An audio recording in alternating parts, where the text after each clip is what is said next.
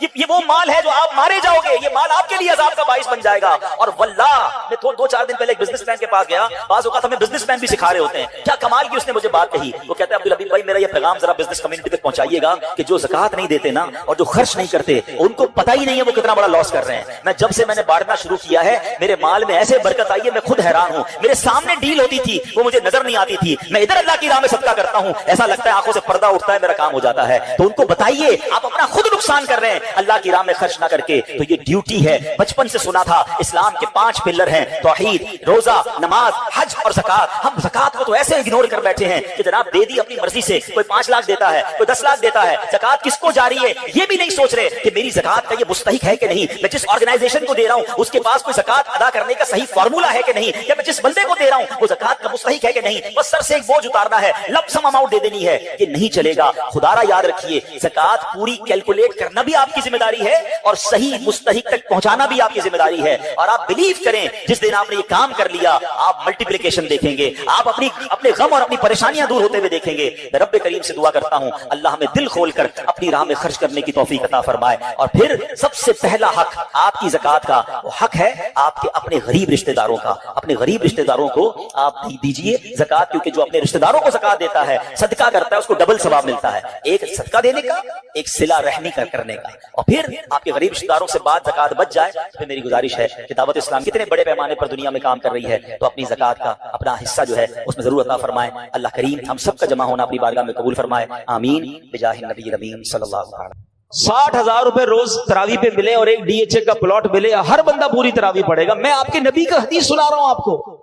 ہر سجدے پر 1500 نے کیا ہے، ہر سجدے پر ایک جنت کا گھر ہے. یار کیا دنیا کی چیزیں میں کام آئیں گی؟ ہم کیوں دنیا کی اسکیم کے لیے ریڈی ہیں اور جنت کے خزانے بٹ رہے ہیں اور ہم بھاگ جاتے ہیں.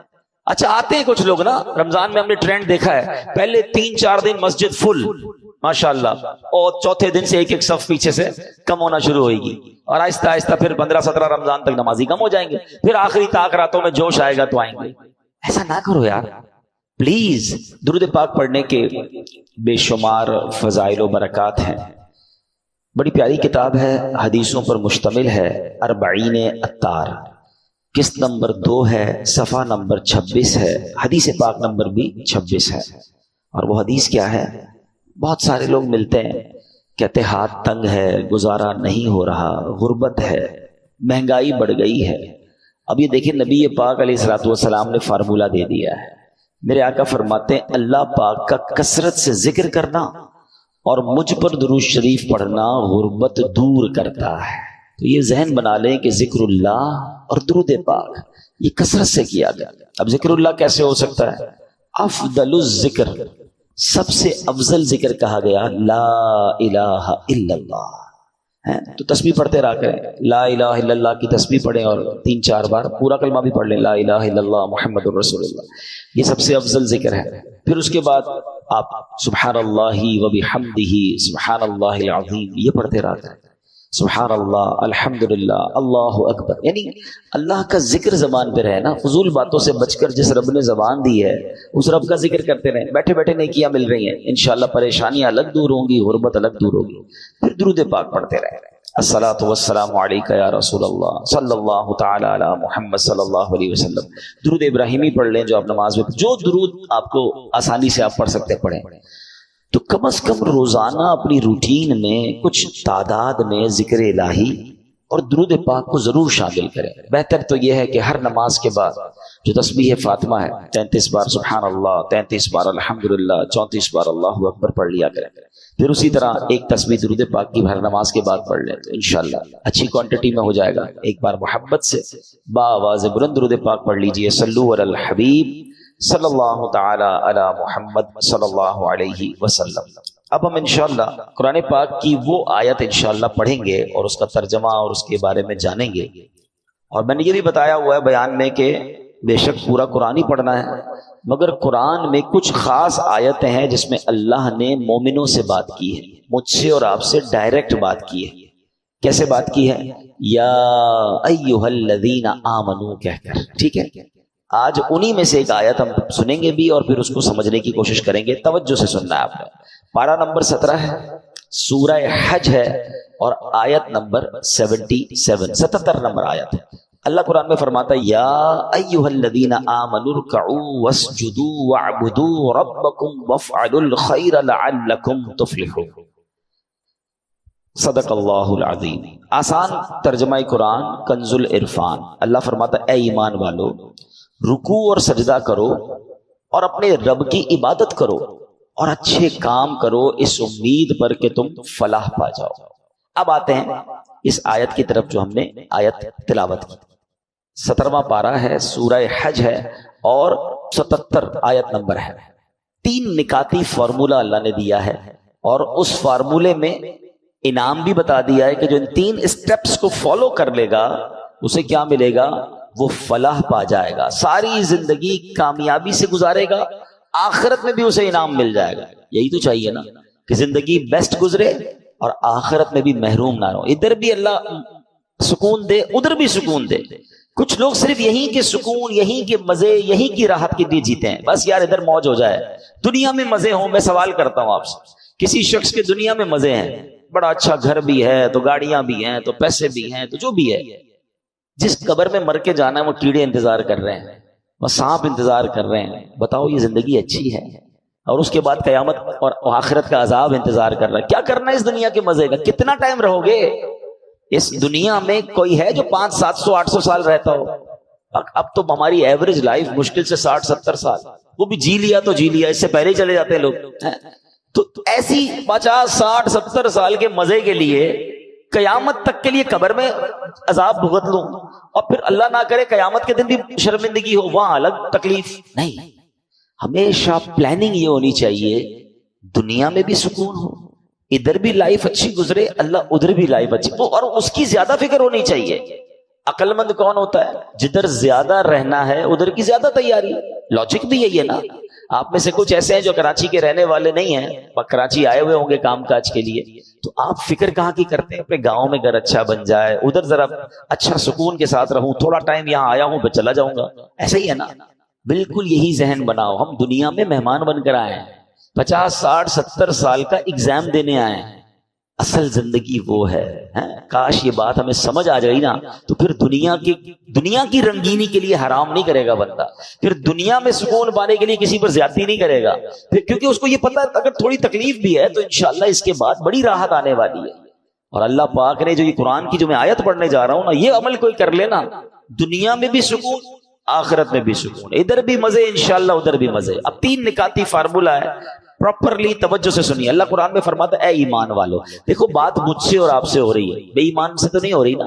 جب مجھ سے اور آپ سے اللہ بات کر رہا ہے تو بی کانشیس، توجہ سے سنیں نا. اور ہم پڑھتے ہی نہیں ہیں کہ اللہ نے قرآن میں مجھ سے اور آپ سے کیا بات کی ہے. 89 ٹائمز اللہ نے بات کی ہے قرآن میں. 89 آیتیں ہیں. میں نے پہلے بھی مشورہ دیا ہے، دوبارہ دیتا ہوں. اب ہم پورے قرآن میں خود سرچ کریں تو بڑا مشکل ہے. دعوت اسلامی والوں نے آسان کر دیا.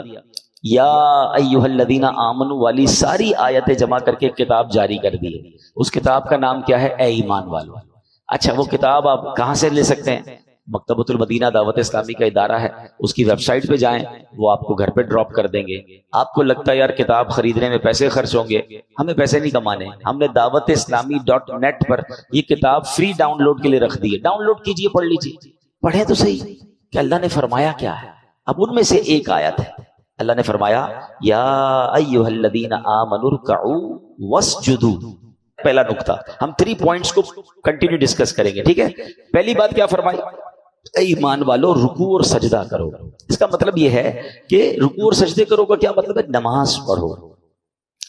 چونکہ نماز کے جو رکن اعظم ہے نا وہ سجدہ اور رکوع ہے، تو اس لیے قرآن کریم میں کبھی نماز کو رکوع اور سجدہ بھی کہہ دیا جاتا ہے. جیسے آپ نے بڑی مشہور آیت سنی ہوگی وَارْكَعُوا مَعَ الرَّاكِعِينَ. قرآن کہتا ہے اور رکوع کرنے والوں کے ساتھ رکوع کرو. بندہ صرف رکوع تو نہیں کرتا نا، پوری نماز پڑھتا. یہ اشارہ ہے، اور یہاں جماعت سے نماز پڑھنے کی طرف اشارہ ہے کہ لوگ جب نماز پڑھ رہے ہیں تو جماعت ہو رہی ہے، ان کے ساتھ مل کر نماز پڑھو. تو یہ قرآن کا ایک انداز ہے. تو اب پہلا نسخہ کیا قرآن نے دے دیا؟ فرسٹ پوائنٹ، کامیابی کا، فلاح کا پہلا نسخہ کہ نماز پڑھنی ہے. پھر دوسرا کیا ہے؟ اچھا اسی میں آگے اللہ نے کیا فرمایا؟ وَاعْبُدُوا رَبَّكُمْ. اور اپنے رب کی عبادت کرو. پہلے میں نماز کہہ دی، تو اب دوسرے میں کیا ہے؟ دوسرے نقطے میں اس کا مطلب علماء نے فرمایا اس کے 3 معنی بنتے ہیں، یعنی 3 باتیں ارشاد فرمائی گئی. اے ایمان والو کامیابی پانے کے لیے خالصتاً اللہ پاک کی عبادت کرو. عبادت کرنی ہے مگر اللہ کے لیے. ریاکاری، دکھاوا، لوگوں کو پتا چلے میرا نام ہو جائے، نہیں، اللہ کے لیے خالصتاً. یہاں اس سے ایک مراد یہ ہے. پھر فرمایا اے ایمان والو، نماز کے علاوہ جتنی قسم کی عبادتیں ہیں، صرف نماز تو عبادت نہیں ہے نا، روزہ ہے، زکوٰۃ ہے، اگر حج فرض ہے تو حج کرو، تلاوت کرو، درود پاک پڑھو، ماں باپ کی خدمت کرو، وغیرہ وغیرہ. اب یہ عبادتیں بجا لاؤ. یہاں دوسرا نقطہ یہ ہے، اس کی تیسری بات علماء نے یہ فرمائی کہ اے ایمان والو، کامیابی پانے کے لیے عبادت کرو، پورے اخلاص کے ساتھ کرو، مگر ساتھ ساتھ گناہوں سے بھی بچتے رہو. یہ بڑا مسئلہ ہے. ہم عبادت تو کر لیتے ہیں، ابھی دیکھیں نا رمضان آئے گا تو ماشاءاللہ تقریباً لوگ جن کو اللہ پاک نے ہدایت دی ہے وہ نماز بھی پڑھتے ہیں، روزے بھی رکھتے ہیں، تراویح بھی پڑھتے ہیں، لیکن گناہ سے بچنے والی جو سائیڈ ہے نا، ہم اس کو نہیں دیکھ پا رہے ہوتے، اور یہ بہت ضروری ہے. اس کو آپ آسان لفظوں میں یوں سمجھیں کہ آپ کبھی ڈاکٹر کے پاس جائیں اور آپ کہیں میرا گلا بڑا خراب ہے، اور ڈاکٹر آپ کو گلے کی دوائی دے. آپ تھوڑے دنوں بعد جائیں کہ ڈاکٹر صاحب ساری دوائی پی لی، ابھی تک گلا ٹھیک نہیں ہوا. ڈاکٹر صاحب کہیں کہ بھائی آپ نے کوئی ٹھنڈے پانی سے اور کھٹے سے پرہیز کیا تھا؟ تو آپ کہیں نہیں، میں تو دوائی بھی ٹھنڈے پانی سے ہی پیتا ہوں. تو ڈاکٹر کیا کہیں گے، آپ اور 2-4 ڈبے بھی کھا لیں پھر بھی آپ کا گلا ٹھیک نہیں ہونا. دوائی کے ساتھ ساتھ پرہیز بھی تو ضروری ہے نا. اب اس کو اس طرح سمجھیں کہ ہم دوائی تو لے رہے ہیں نمازیں پڑھ کے، روزے رکھ کے، مگر پرہیز نہیں کر رہے، گناہ بھی کر رہے ہیں، دونوں ساتھ چلا رہے ہیں. نہیں، قرآن کیا کہتا ہے، اے اللہ کے بندو، اللہ کی عبادت کرو مگر گناہ سے بھی بچو. اور اب آئیے آگے چلتے ہیں، ایک حدیث پاک سے اس بات کو ذرا اور سمجھ لیں گے تو اور بات کلیئر ہو جائے گی. پیارے آقا علیہ الصلوۃ والسلام نے حضرت ابو ہریرہ رضی اللہ عنہ کو نصیحت فرمائی، کن ورعن تکن اعبد الناس. اے ابو ہریرہ، پرہیزگار ہو جاؤ، گناہوں سے بچتے رہا کرو، سب سے بڑے عبادت گزار ہو جاؤ گے. ہم کیا سمجھتے ہیں، بہت زیادہ عبادت کرنے والا عبادت گزار ہوتا ہے. یقیناً عبادت کرنی ہے مگر گناہ سے بچنا از ویری امپورٹنٹ. یہ دونوں ملیں گے تو سمجھ لیں اس کی برکتیں ملیں گی. اس کو اور اچھے انداز سے سمجھیے. حضرت عمر فاروق رضی اللہ تعالیٰ عنہ مسلمانوں کے دوسرے خلیفہ ہیں نا، لوگوں سے خود آپ نے ایک سوال کیا، ساتھی بیٹھے تھے آپ کے، آپ نے کوسچن کیا ای الناس افضل، لوگوں میں سب سے افضل بندہ کون ہے؟ لوگوں نے عرض کی نمازی. نمازی افضل ہے؟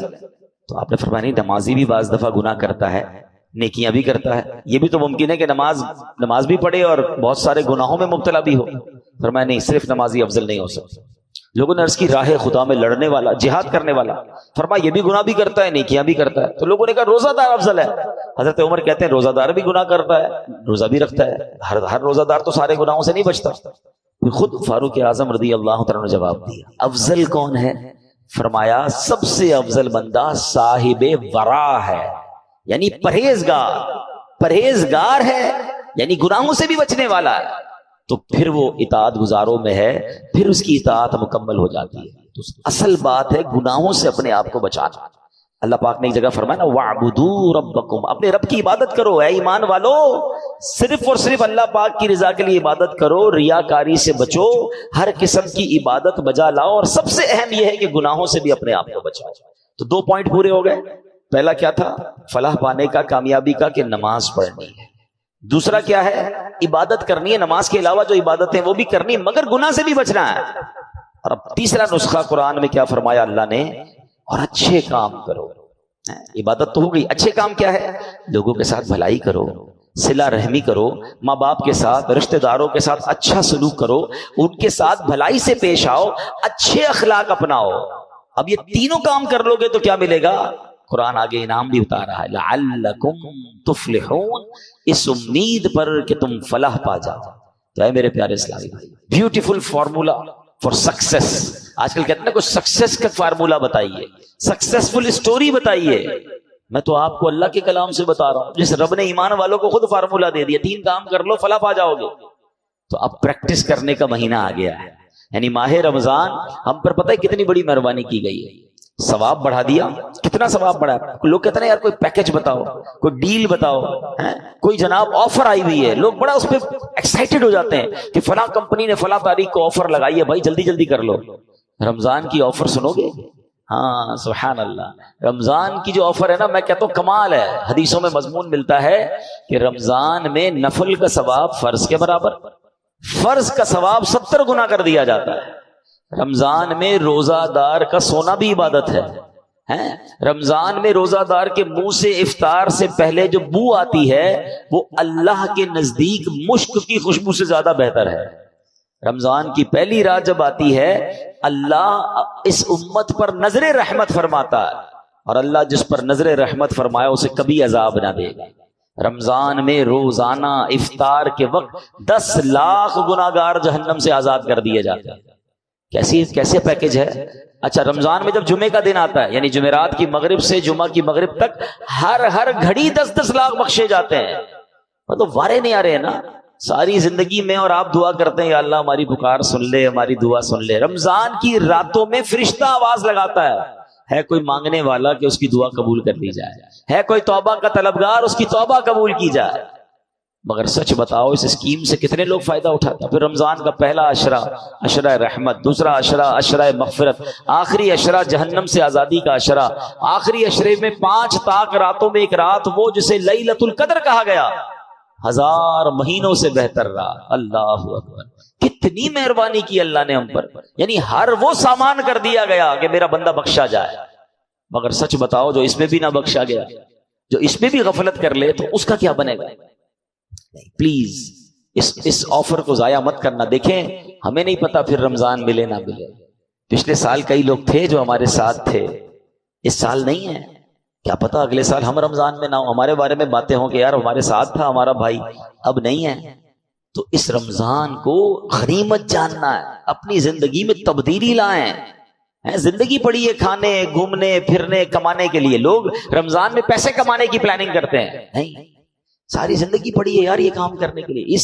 اس مہینے میں عبادت، اللہ کو راضی کرنا ہے، اتنے گناہ ہیں، اتنی خطائیں، اب تو توبہ کرنی ہے نا۔ اب آپ سوچیں کہ یہ جو میں نے قرآن کا فارمولہ بیان کیا، 3 نکاتی فارمولہ، یہ رمضان میں اگر میں پریکٹس کر لوں کہ رمضان میں نمازیں پڑھوں اور عبادتیں کروں، اچھے کام بھی کروں، گناہوں سے بھی بچوں، تو انشاءاللہ میرا رب اللہ کی رحمت سے امید ہے مجھے فلاح پانے والوں میں شامل فرما لے گا۔ تو اپنی زندگی میں اپنی تبدیلی لانی ہے۔ اچھا اب یہاں ایک اور بڑا پرابلم ہے، ہم رمضان کی فضیلتیں بیان کر رہا تھا نا۔ رمضان میں ہمیں یہ جو پہلی بات قرآن نے فرمائی کہ اے ایمان والو رکوع اور سجدے کرو، تو رمضان میں نیت کریں کہ ساری نمازیں باجماعت پڑھیں اور پوری تراویح پڑھیں۔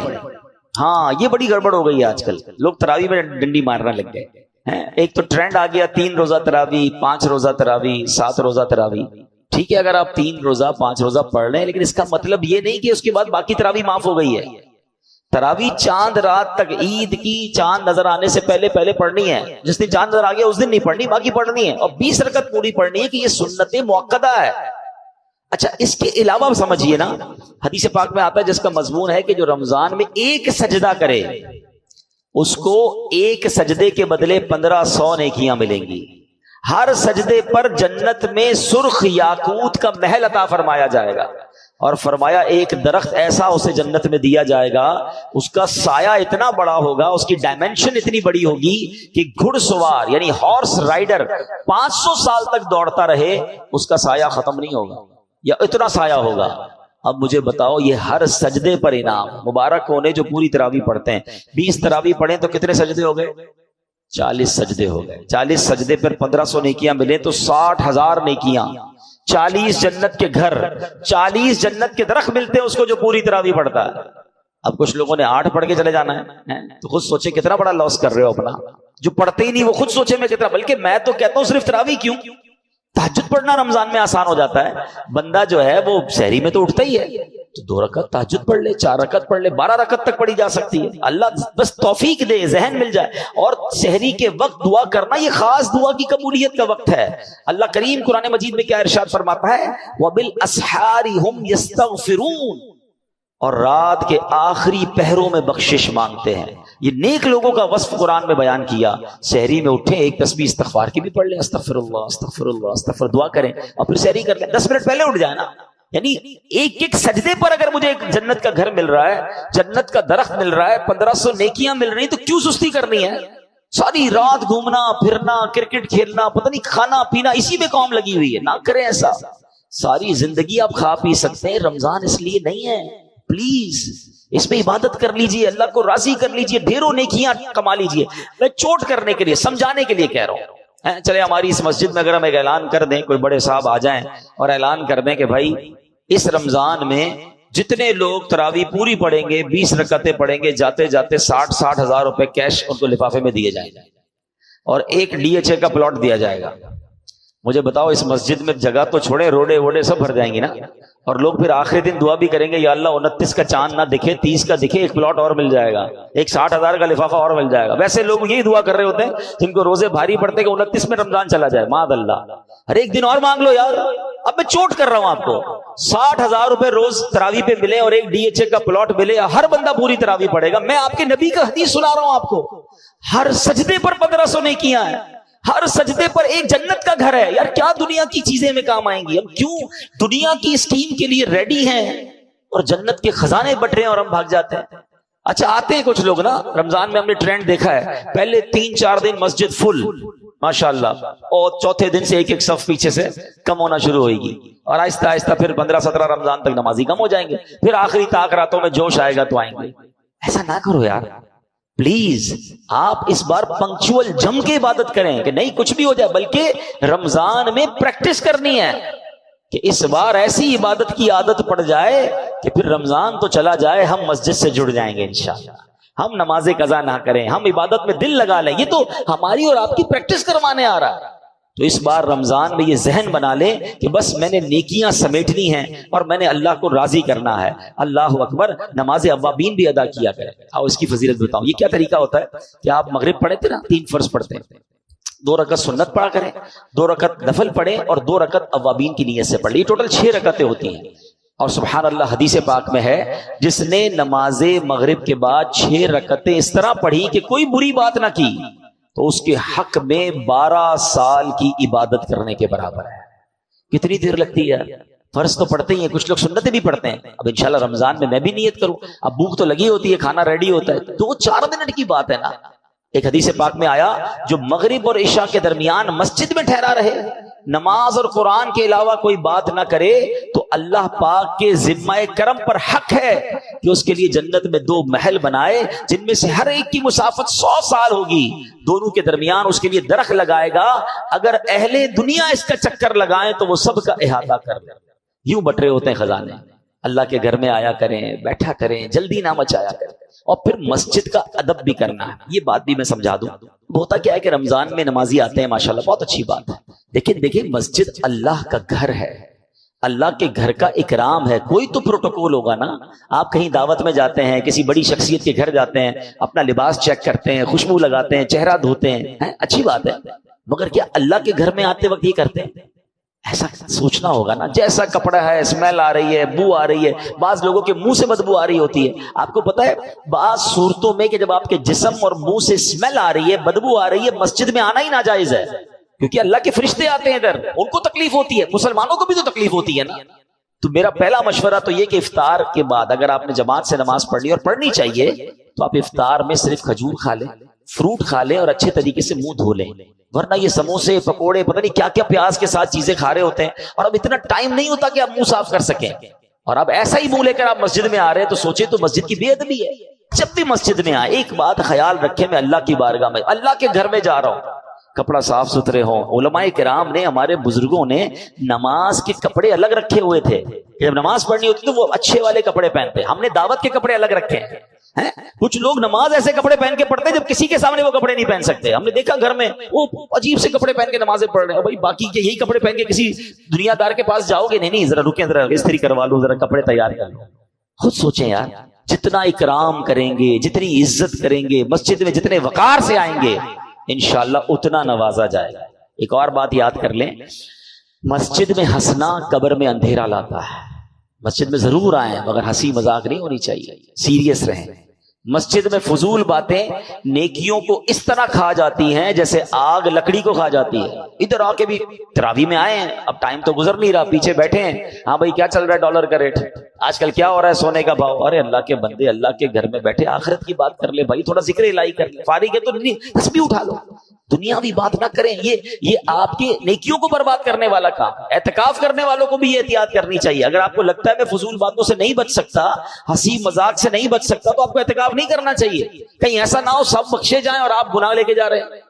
تو ادب کے ساتھ جتنا مسجد کا ادب کریں گے اتنی برکتیں ملیں گی. مسجد میں ایک اور شرعی مسئلہ بھی سن لیں، مسجد میں کھانا پینا، سونا، سحری، افطاری کرنا یہ جائز نہیں. لیکن اگر کوئی مسجد میں آ کر اعتکاف کی نیت کر لے گا تو پھر یہ چیزیں اس کے لیے ضرورتاً جائز ہو جائیں گی. تو اپنی عادت یہ بنائیں کہ جب بھی مسجد میں آئیں, when ever you enter in مسجد, آپ نے اعتکاف کی نیت کر لینی. کیسے کرتے ہیں؟ دل میں کر لیں میں اعتکاف کی نیت کرتا ہوں, زبان سے کہہ لیں نویت سنت الاعتکاف, تو اب آپ کا یہ کھانا پینا وغیرہ جائز ہو جائے گا. اب میں بڑی اہم بات کی طرف آخر میں توجہ دلانا چاہتا ہوں کہ نبی پاک کی پہلے ایک حدیث سن لیں. میرے آقا علیہ الصلوۃ والسلام فرماتے فاتقوا شہر رمضان, فرمایا ماہ رمضان کے معاملے میں ڈرو. ڈرنا کیوں ہے؟ ہاں, آقا فرماتے ہیں فَإِنَّهُ شَهْرُ اللَّهِ, بے شک یہ اللہ پاک کا مہینہ. نبی پاک فرماتے ہیں اللہ پاک نے تمہارے لیے 11 مہینے رکھے ہیں, کھاؤ پیو لذت اٹھاؤ, مگر ایک مہینہ اللہ نے اپنے لیے خاص فرما لیا ہے. ٹرائی ٹو انڈرسٹینڈ, یہ اللہ کا مہینہ ہے, 11 مہینے کھائیں پیئیں لذتیں اٹھائیں. یہ ہمیں تو ایسا لگتا ہے کہ کچھ لوگ اسی ایک مہینے میں 11 مہینے کی لذتیں اٹھا رہے ہوتے ہیں, اسی ایک مہینے میں 11 مہینے کا کھانا کھا رہے ہوتے ہیں. نہیں, یہ مہینہ نبی پاک نے کیا فرمایا, اللہ سے ڈرو اس مہینے کے بارے میں, رمضان سے ڈرو, کیونکہ یہ اللہ کا مہینہ ہے. باقی 11 مہینے تمہارے, یہ ایک مہینہ اللہ کا. مگر سچ بتائیں آج حال کیا ہے؟ آج رمضان فوڈ فیسٹیول بنا ہوا ہے, ساری رات کھانا پینا, ہوٹلیں, عجیب عجیب جناب کام ہو رہے ہیں. رمضان ٹورنامنٹ ڈیسائیڈ ہوتے ہیں. نہ کریں ایسا. دیکھیں رمضان میں ثواب تو بڑھا دیا گیا, مگر ایک بات اپنے ذہن میں بٹھا لیں کہ جب کسی مقام یا کسی دن یا کسی ٹائم کا مقدس ہو جاتا ہے, وہ مبارک وقت ہوتا ہے, مبارک دن ہوتا ہے یا ایام ہوتے ہیں, اس جگہ پر یا اس وقت میں گناہ کرنا اس کی پنشمنٹ بھی زیادہ ہوتی ہے, اس کی سیویئرٹی بھی زیادہ ہوتی ہے. مثال کے طور پہ کوئی بندہ روڈ پہ گناہ کرے, غلط ہے, اور مسجد میں آ کے کرے, تو آپ کیا کہیں گے؟ خدا کا خوف کرو یار, اللہ کے گھر میں ہیں. اگر کوئی پاکستان میں گناہ کرے غلط ہے, مگر مکے میں جا کے گناہ کرے تو کیا ہوگا؟ مکے میں ایک نیکی 1,00,000 نیکی کے برابر, ایک گناہ 1,00,000 گناہ کے برابر. بالکل اسی طرح رمضان میں اجر بڑھا دیا گیا. رمضان میں پتہ ہے ہم پر سب سے بڑی مہربانی کیا ہوئی ہے؟ لاجک کیا کہتی ہے؟ چیلنج بڑھا تو انسینٹو بڑھا, ریوارڈ بڑھا. جیسے جیسے ٹارگٹ پورا کرو گے تب پیسے زیادہ ملیں گے نا, دنیا کا تو دستور یہی ہے. مگر اللہ نے کیا کیا؟ کوئی چیلنج نہیں, شیطان ہی بند کر دیا. لاجک کیا کہتی کہ بھئی یہ حکم ہوتا شیطان کا پاور بڑھا دیا ہے, اب وہ تم پہ زیادہ اٹیک کرے گا, اب تم بچ کر نیکیاں کرو گے تو زیادہ ثواب ملے گا. نہیں, ایسا نہیں ہے, شیطان بند, اور کہا اب کرو نیکیاں اور ثواب ڈبل, ثواب بڑھا دیا, ثواب زیادہ. مگر اس سارے انتظام کے باوجود بھی کوئی گناہ کرے, اب اس کی سزا بھی زیادہ ہے. یہ سمجھیے پلیز. ہم نیکیوں کی طرف تو بعض اوقات توجہ دیتے ہیں, گناہ سے نہیں بچ پا رہے ہوتے, رمضان میں بھی چل رہے ہوتے ہیں گناہ. حدیث پاک میں آتا ہے, میرے آقا علیہ الصلوۃ والسلام فرماتے ہیں کہ حدیث پاک کا مضمون ہے کہ رمضان میں جو گناہ کا کام کرتا ہے اللہ پاک اس کے سال بھر کے اعمال ضائع فرما دیتا ہے. رمضان میں گناہ پورے سال کے اعمال برباد کر سکتا ہے. تو پلیز آپ نے دیکھیں, تھوڑا سکون سے بیٹھیے, میرا مشورہ ہے, میں آپ کو بہت دل سے یہ مشورہ دے رہا ہوں. ایک لسٹ بنانی پڑے گی, تھوڑا ریئلائز کرنا ہوگا کہ میں رمضان میں گناہ نہ کروں, یہ کیسے پاسبل ہے. تو سب سے پہلے یہ دیکھنا ہوگا کہ میں کس کس راستے سے گناہ کرتا ہوں. مجھے وہ سارے دروازے, I have to close all my doors, وہ سارے دروازے بند کرنے ہوں گے جس سے گناہ آتا ہے. اور اس میں شاید سب سے بڑا ہمارا موبائل فون. موبائل فون میں سارے پیجز لائک کیے ہوئے ہیں, سارے گروپوں میں شامل ہیں. جیسے ہی موبائل کھولتے ہیں کوئی ویڈیو آ جاتی ہے, کوئی میوزک ہے, کوئی بے پردگی ہے, کوئی بے حیائی ہے, سب دیکھ رہے ہیں. رمضان میں اگر گناہوں سے بچنا ہے تو سوشل میڈیا کا استعمال کم کر دیں, بند کر دیں. میں تو کہتا ہوں ضرورت ہے واٹس ایپ پہ کسی کو سوال جواب کرنا ہے کر لیا, ورنہ نہ جائیں کسی سوشل میڈیا پیج پر. ہم گناہ کیے بغیر واپس آتے نہیں ہیں. مجھے گناہ سے اپنے اعمال بچانے, ورنہ 1 سال کے اعمال کہیں برباد نہ ہو جائے, یہ سوچ لیں. پھر اس کے بعد اگر کوئی ایسی گیدرنگ ہے کہ جہاں میں جاتا ہوں اور وہاں جانے سے گناہ سے بچتا نہیں ہوں, دوستوں میں بیٹھتا ہوں تو ہنسی مذاق کے علاوہ غیبتیں ہو رہی ہیں, جھوٹ ہو رہا ہے, دل آزاریاں ہو رہی ہیں, تو اس سے اپنے آپ کو بچانا ہے تو اس گیدرنگ کو چھوڑ دیں. رمضان ہیں, مسجد میں رہیں, عبادت کریں, تلاوت کریں, گھر بیٹھیں, مدنی چینل دیکھ لیں, فیضان مدینہ تشریف لے آئیں. بلکہ میں تو آپ کو ایک لائف ٹائم ایکسپیرینس بتاتا ہوں. کمال ہے دعوت اسلامی کا, پورا مہینہ گناہوں سے بچانے کا ایک فارمولا دعوت اسلامی نے کیا دیا ہے. امیر اہل سنت نے سبحان اللہ کہ پورے مہینے کا اعتکاف فیضان مدینہ میں ہو رہا ہے. آپ کو جان کر حیرت ہوگی, نبی پاک علیہ الصلوۃ والسلام نے زندگی میں ایک بار پورے مہینے کا اعتکاف فرمایا تھا. پھر فرمایا کہ آخری عشرے کی 5 طاق راتوں میں ایک شب قدر ہے, آؤ میرے ساتھ اعتکاف کر لو. کیا زندگی میں ایک مہینہ ہم ایسا نہیں دے سکتے کہ ہم تمام گناہوں سے بچنے کے لیے اللہ کے گھر میں بیٹھ جائیں؟ آپ کے لیے پورا مہینہ ممکن نہیں, آخری عشرے کا اعتکاف. لیکن اس مہینے میں ایک ٹارگٹ آج نیت کر کے جائیے، کچھ بھی ہو جائے ایک بھی گناہ نہیں کروں گا انشاءاللہ۔ شیطان بند ہے پھر بھی گناہ کروں یار، پھر بھی جھوٹ، پھر بھی غیبت، پھر بھی دل آزاری، پھر بھی حرام روزی نہیں۔ آنکھوں کو گناہ سے بچائیں، ہاتھوں کو بچائیں۔ اللہ مجھے بھی یہ عمل کرنے کی توفیق عطا فرمائے، آپ کو بھی نصیب فرمائے۔ رمضان میں ایک اور نیکی ضرور کیجئے گا کہ اللہ کی راہ میں دل کھول کر خرچ کریں۔ یہ ماہ سخاوت بھی ہے، اپنے لیے بھی، اپنے رشتہ داروں، اپنے غریب ملازمین، ان کو تقسیم کریں، سحری افطاری کرائیں، اللہ کی راہ میں خرچ کریں۔ یہ خرچ کرنے سے مال کم نہیں ہوتا، انشاءاللہ آپ اپنی آنکھوں سے اس میں ملٹیپلیکیشن دیکھیں گے۔ جس کی زکوٰۃ کا ٹائم پورا ہو گیا وہ پوری زکوٰۃ ادا کرے۔ اور پھر میری گزارش ہے کہ آپ بھی دعوت اسلامی کا ساتھ دیں، آپ بھی اس نیکی کے کام میں اپنا حصہ ملائیں۔ تو اس بار اپنی زکوٰۃ میں، اپنے ڈونیشنز میں ہزاروں مدارس ہیں، لاکھوں علماء اور حفاظ بن رہے ہیں، دعوت اسلامی کا ساتھ دیں اور اپنا ڈونیشن، اپنا فطرہ، اپنی زکوٰۃ میں دعوت اسلامی کو ضرور یاد رکھیں۔ اللہ کریم عمل کی توفیق عطا فرمائے، آمین بجاہ النبی الامین صلی اللہ تعالی علیہ وسلم۔